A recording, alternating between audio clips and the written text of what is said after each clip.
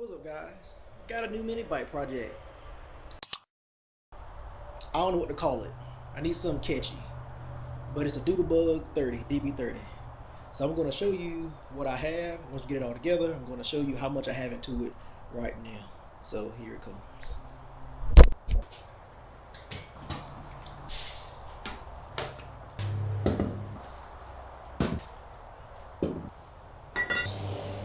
So right now, this is what I have. One piece is missing, which is the swing arm off of like an X7 pocket bike, which would have been the same pocket bike that these wheels came off of.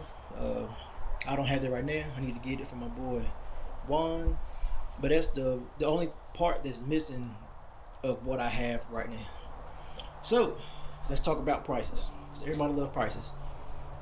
So I picked up this DB30 frame, how it sits with what's left of the front forks and what's left of the seat, for $60.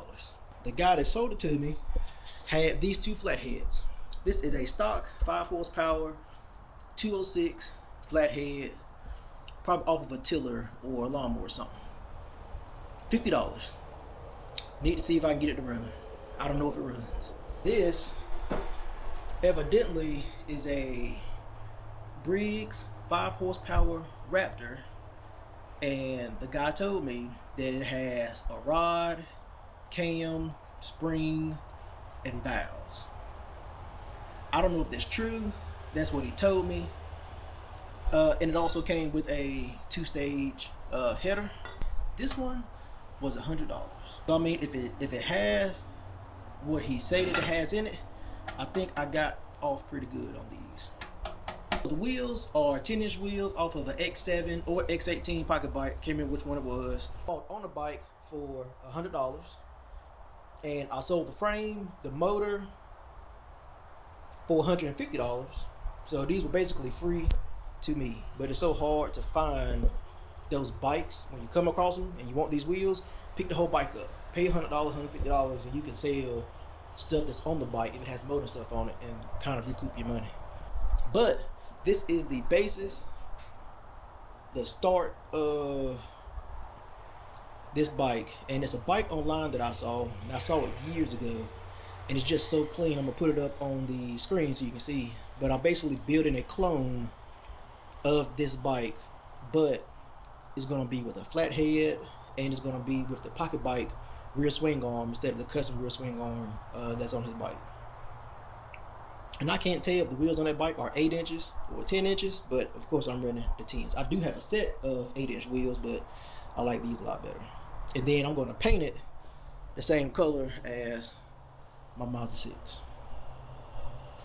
So, with that being said, let's see if we can get this motor running.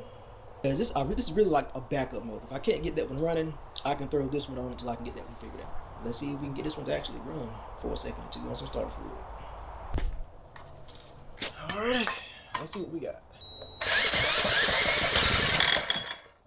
Oh, well, fire's right up. Alright.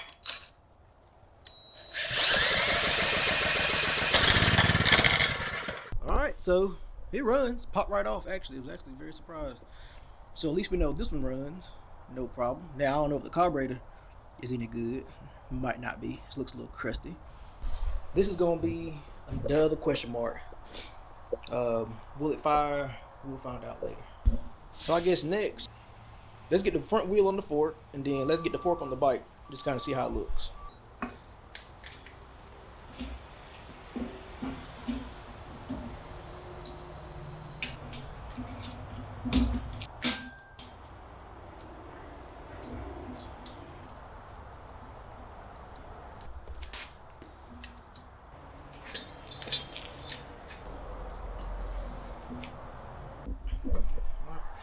So we are running this half-assed right now because the inner diameter of the bearing on the pocket bike wheels are smaller than the inner diameter of the original Coleman wheels.